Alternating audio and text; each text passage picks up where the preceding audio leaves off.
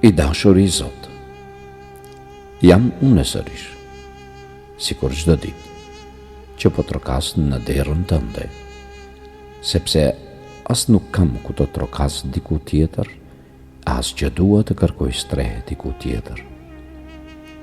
Sa po i hapa syt në mëngjes, pash se drita kishte dalë, por dielli ende jo. Tamam koha e agimit, tamam koha e lutjes sime.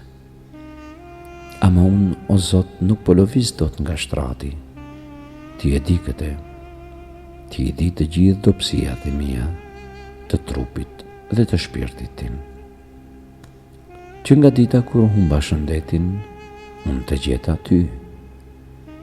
Dhe më duket se shumë më tepër kam fituar se sa që kam humbur, sepse kush të ka aty, ka gjithçka.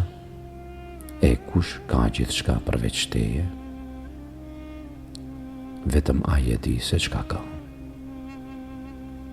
Por, prap se prap, o Zot, brengat e mia dhe palëvizshmëria ime më lodhin, po qaj shpesh, dhe kjo më mbyt.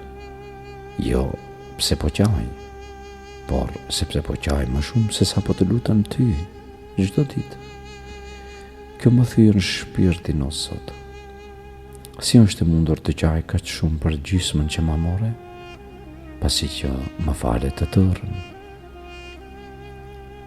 Më dhe një trup të përsosur, dhe mi more vetëm këmbët.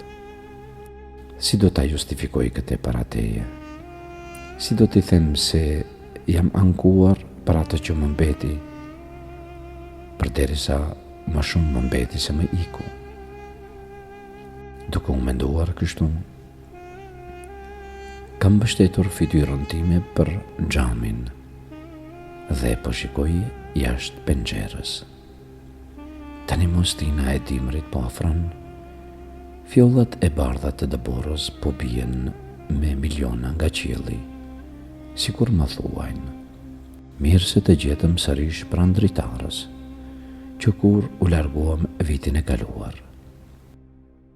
Mundohem t'i numroj teksa bien nga qielli me sytë e mi ngjyrë qielli, por nuk mundem, nga se janë vetëm 2 sy, kurse fjollat janë me miliona.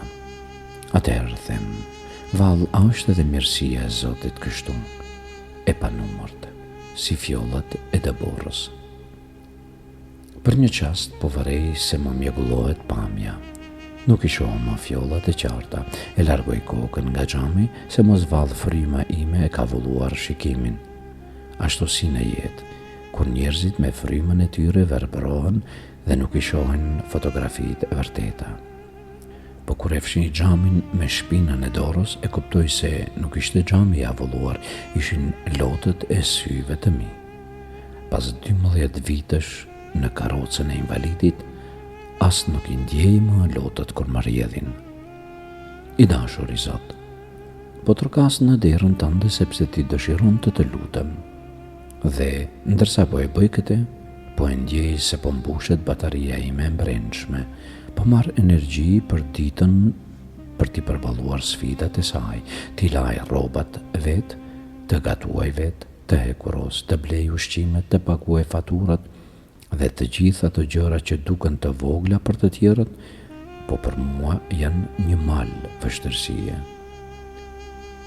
I dashur i Zot, bota po bëhet gjithë më e vështirë, padrejtësia rritet, njerëzit ngarkohen me dhimbje të padukshme, trupat peshojnë më shumë se zemrat. Njerëzit shohin njëri tjetrin, por nuk e kuptojnë njëri tjetrin, kërkojnë ngrohtësi, por vetë ofrojnë ftohtësi. Dhe unë, o Zot, në këtë botë që shpesh shtyjnë fort, kërkoj vetëm një vend ku mos të më shtyjë askush. Kërkoj një vend tek ti. Kërkoj falje dhe forcë për të bërë njëri i mirë, dhe nëse nuk do të eci kur, sepse edhe nëse këmbët e mia nuk do të lëvizin më, jam e lumtur që të paktën nuk do të eci në ndalesat tua, nuk do të shkel pa të drejtë mbi tokën tënde, do të mbetem aty ku më ke vendosur, duke shpresuar, duke pritur duke të dashur ty. O Zot, jam unë sërish dhe kam nevojë për ty më shumë se kur. Nga një krijese jotja e dobët.